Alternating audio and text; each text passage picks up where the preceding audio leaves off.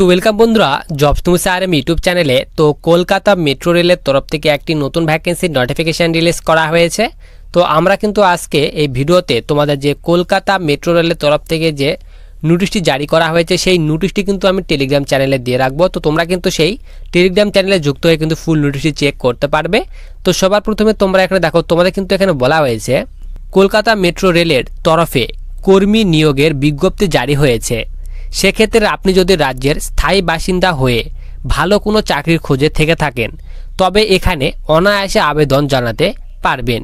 রাজ্যের যে কোনো প্রান্ত থেকে অনায়াসে করতে পারবেন আবেদন। এরপর এখানে তোমাদের বলা হয়েছে নিয়োগকারী সংস্থা, যে তোমাদের কোথায় নিয়োগ করা হবে। তো তোমাদের কিন্তু এখানে Kolkata metro rail corporation limited তথা এখানে বলা আছে Kolkata metro rail corporation limited অর্থাৎ KMRCL এর তরফে নিয়োগের বিজ্ঞপ্তি জারি হয়েছে।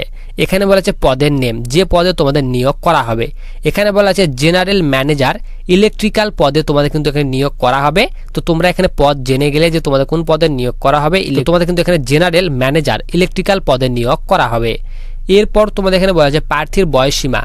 এখানে বয়স বলা হয়েছে ঊর্ধ্ব বয়স সীমা 55 বছর বয়সের মধ্যে বয়স হতে হবে। তো তোমার বয়স যদি 55 বছর বয়সের মধ্যে বয়স হয়ে থাকে তাহলে কিন্তু এখানে আবেদন করতে পারবে। আবেদন পদ্ধতির কথা বলা আছে অফলাইনের মাধ্যমে আবেদন জমা করে আবেদন জানাতে হবে। তো তোমাদের কিন্তু এখানে অফলাইনে আবেদন করতে হবে। নিচে এখানে বলা হয়েছে নিজের যাবতীয় তথ্য দিয়ে আবেদনপত্র তথা অ্যাপ্লিকেশন ফরম্যাট বানিয়ে ফেলুন। তো তোমাদের কিন্তু একটি তোমাদের CV তৈরি করতে হবে। এরপর এখানে বলা আছে এক্ষেত্রে নিজের নাম, অভিভাবকের নাম, জন্ম তারিখ, বয়স, জেন্ডার, ঠিকানা, ক্যাটাগরি, শিক্ষাগত যোগ্যতা ইত্যাদি তথ্য দিন।